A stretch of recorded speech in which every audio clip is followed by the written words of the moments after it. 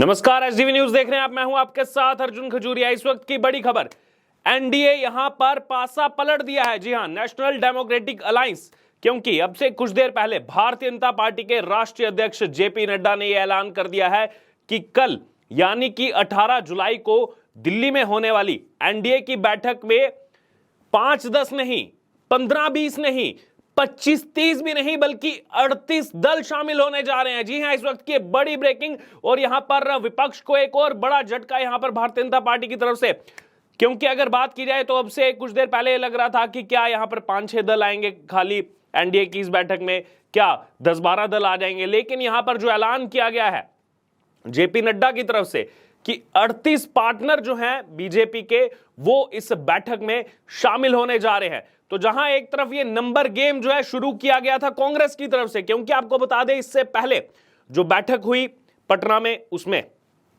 17 दल जो है वो उनकी बात सामने आई। उसके बाद यहां पर नंबर गेम को बढ़ाया गया कि अब जो है 25-26 किया जाएगा। लेकिन इसी बीच यहां पर 38 दल नेशनल डेमोक्रेटिक अलायंस की तरफ से, और साथ ही साथ यहां पर अगर बात की जाए तो बीजेपी के राष्ट्रीय अध्यक्ष जेपी नड्डा ने तमाम उन डेवलपमेंट वर्क्स को भी यहां पर गिराया है। अगर यहां पर बात की जाए तो ये लगातार कवायदें चल रही थी कि आखिरकार एनडीए की इस बैठक में क्या होने वाला है। इसी बीच यहां पर ये बड़ा अपडेट सामने आना, और अगर यहां पर बात की जाए तो जेपी नड्डा की तरफ से जो जो बातें इस प्रेस वार्ता में कही गई हैं उस बारे में भी मैं आपको बता दूं। उसके कुछ मुख्य बिंदु जो हैं वो मैं आपको यहां पर बता दूं। यहां पर जेपी नड्डा कह रहे हैं कि जो यूपीए का सवाल यहां पर सामने आ रहा है, ये बानुमती का कुनबा है। ये एक ऐसा गठबंधन है जिसके पास ना तो कोई नेता है और ना ही कोई नियत है, ना नीति है और ना ही फैसला लेने की ताकत है। ये 10 साल की यूपीए सरकार के भ्रष्टाचार और घोटालों का टोला है। हालांकि अब इसका नाम जो है वो पीडीए रखा जा रहा है, पैट्रियोटिक डेमोक्रेटिक अलायंस जो है इसका नाम रखा जा रहा है। बहरहाल यहां पर अगर बात की जाए तो एनडीए को लेकर के उन्होंने कहा कि सवाल ये भी उठा कि एनडीए जो है फिर यहां पर वो बैठक बुला रहा है इतनी बड़ी, तो उसको लेकर के यहां पर जेपी नड्डा ने साफ कर दिया है कि आज एनडीए के प्रति लोगों का रुझान है, लोगों का रुझान एनडीए के प्रति बढ़ रहा है, और ये गठबंधन सत्ता के लिए नहीं है। आगे उन्होंने कहा कि ये गठबंधन सेवा के लिए है और भारत को मजबूत करने के लिए है। बहरहाल यहां पर अगर बात की जाए तो उन्होंने ये भी कहा कि पिछले 9 वर्षों में जो है मोदी जी के नेतृत्व में एक मजबूत लीडरशिप देखने को मिली है, जिसको देश ने भी सराहा है, और एक बहुत ही पॉजिटिव वातावरण जो है वो बना हुआ है। कोविड प्रबंधन की बात उन्होंने की कि कोविड प्रबंधन में मोदी जी के नेतृत्व में भारत ने दुनिया में मिसाल कायम की है। देखिए, ये जो स्टेटमेंट्स आई हैं जेपी नड्डा की तरफ से, इससे पहले ही अगर बात की जाए तो यहाँ पर कुछ स्टेटमेंट्स जो है वो कांग्रेस पार्टी की तरफ से आना शुरू हो गई थी। यहाँ पर कांग्रेस पार्टी की तरफ से कहा गया था, क्योंकि आज पहला दिन था विपक्षी एकता की दूसरी बैठक का कर्नाटक की राजधानी बेंगलुरु में, तो उनकी तरफ से कहा गया कि जब पीएम मोदी ने राज्यसभा में कहा था कि मैं अकेला सब पर भारी हूं, तो फिर आज इन दलों की जरूरत क्यों पड़ रही है। ये सवाल कांग्रेस पार्टी को खुद से करना चाहिए।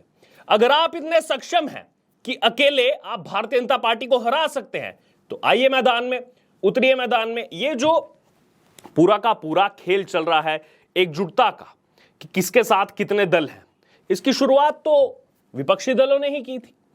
नीतीश कुमार से मिल रहे थे और ये कांग्रेस भी उसमें शामिल है, या फिर कांग्रेस अब अपने आप को नीतीश कुमार से भी नीचे समझ रही है। ये सवाल बिल्कुल जो है यहां पर उठता है कांग्रेस के सामने। यहां तो खुद आप मैदान में डट करके लड़िए कि आप अकेले जो है यहां पर बीजेपी को रोकने में सक्षम हैं, लेकिन नहीं, खुद तो सब इकट्ठे होते जाएंगे। बंगाल में चाहे कांग्रेस का कार्यकर्ता मरता रहे, बंगाल कांग्रेस की यूनिट की बिल्कुल भी नहीं सुनी जाएगी। और क्या होगा, राहुल गांधी को देखते हुए, मल्लिकार्जुन खड़गे को देखते हुए 2024 के लिए टीएमसी के साथ समझौता किया जाएगा। पंजाब में कांग्रेस यूनिट हो, दिल्ली में कांग्रेस यूनिट हो, उसकी बिल्कुल भी नहीं सुनी जाएगी। क्या होगा, जो राहुल गांधी और मल्लिकार्जुन खड़गे को पसंद है कि अलायंस में जो है आम आदमी पार्टी को अपने साथ जोड़ा जाए। बहरहाल अब यहां पर थोड़ा आम आदमी पार्टी का भी अगर जिक्र कर लें, अरविंद केजरीवाल वो यहां पर निकल चुके हैं बैठक के लिए बेंगलुरु। दिल्ली जहां एक तरफ मझधार में फंसी हुई है, क्योंकि जो बाढ़ आ रही है इसका सबसे ज्यादा इफेक्ट अगर कहीं हो रहा है तो वो दिल्ली के अंदर हो रहा है, और उसके बावजूद अरविंद केजरीवाल वहां निकल चुके हैं और रविशंकर प्रसाद जो है वो इसको लेकर के हमलावर हैं। उसके बारे में भी आपको बताऊंगा। लेकिन अभी यहां पर सवाल ये उठ रहा है कि ये जो 38 दल इस बैठक में आ रहे हैं, इसमें अगर बात की जाए तो चिराग पासवान जो है, रामविलास पासवान के बेटे और एलजेपी रामविलास को लीड करते हैं, वो इस बैठक से ठीक पहले देश के गृह मंत्री अमित शाह से जो है मिल चुके हैं और तमाम चर्चाओं का बाजार जो है वो गर्म हो चुका है। खास तौर पर अगर बात की जाए यहाँ पर बिहार की, क्योंकि जीतन राम मांझी हिंदुस्तानी आवाम मोर्चा के यहाँ पर कतारधर्ता वो भी जो है आ रहे हैं। इसी बीच अगर बात की जाए तो इस बैठक से पहले जो अजीत पवार का फैक्शन आने वाला है वो यहाँ पर पहुँच तो रहे हैं, लेकिन उससे पहले 24 घंटे में 2 बार शरद पवार से मुलाकात कर चुके हैं। और शरद पवार पहले दिन की बैठक में, ध्यान दीजिएगा इस बात को, पहले दिन की बैठक में जो पीडीए की है यानी कि विपक्षी दलों की है, उस बैठक में शामिल होने नहीं पहुंचे हैं। और ये वही शरद पवार हैं जो एक हिसाब से 23 जून की पटना वाली बैठक में आगे थे, एक हिसाब से लीड कर रहे थे। देखिए किस प्रकार से एक महीने में चीजें जो है बदल गई, समीकरण जो है बदल गए। बहरहाल ममता बनर्जी वहां पहुंची हैं, लेकिन वो डिनर में शामिल नहीं होंगी। उसके अलावा यहां पर अभी संशय बना हुआ है इस बात पर कि तेलंगाना के सीएम के चंद्रशेखर राव, आंध्र प्रदेश के सीएम जगन मोहन रेड्डी, आंध्र प्रदेश के पूर्व सीएम चंद्रबाबू नायडू और उड़ीसा के सीएम नवीन पटनायक, इनका रुझान किसकी तरफ जाएगा? क्योंकि 38 दल यहाँ पर बोल तो दिया गया है यहाँ पर, अब उसमें कौन कौन है, किस किस को बुलाया गया है, ये चीज़ें जो है वो कल सुबह धीरे धीरे साफ होती रहेंगी जैसे जैसे बैठक में ये तमाम पार्टियों के जो नेता हैं वो यहाँ पर दिल्ली पहुँचेंगे। और आखिरकार क्या इसमें तय किया जाएगा, इस बैठक का एजेंडा अगर देखा जाए तो सीधे तौर पर, क्योंकि 2024 लोकसभा चुनाव है, जो स्ट्रैटेजी यहाँ पर कांग्रेस और बाकी विपक्षी दलों की तरफ से चली जा रही है, क्या उसको काउंटर करने का प्रयास इस बैठक में होगा, ये तो कल ही जो है इस बारे में पता लगेगा। लेकिन उससे पहले ही यहाँ पर अगर नंबर गेम की बात की जाए तो नंबर गेम में पीछे छोड़ चुके हैं कांग्रेस पार्टी के साथ तमाम विपक्षी दलों को। और यही चीज हमने देखी थी जब नई संसद का उद्घाटन हुआ था, उस समय भी कहीं ना कहीं लड़ाई वो नंबर गेम की ही बनाई जा रही थी विपक्षी दलों की तरफ से कि देखिए इतनी ज़्यादा संख्या में हम जो है बॉयकॉट कर रहे हैं, हमारा नंबर ज़्यादा है बॉयकॉट करने वाला। लेकिन जैसे ही वहाँ पर एनडीए ने एक मास्टर स्ट्रोक जो है खेल लिया कि देखिए आप 18-19 दल की बात कर रहे हैं, हमारे साथ 25-26 दल हैं।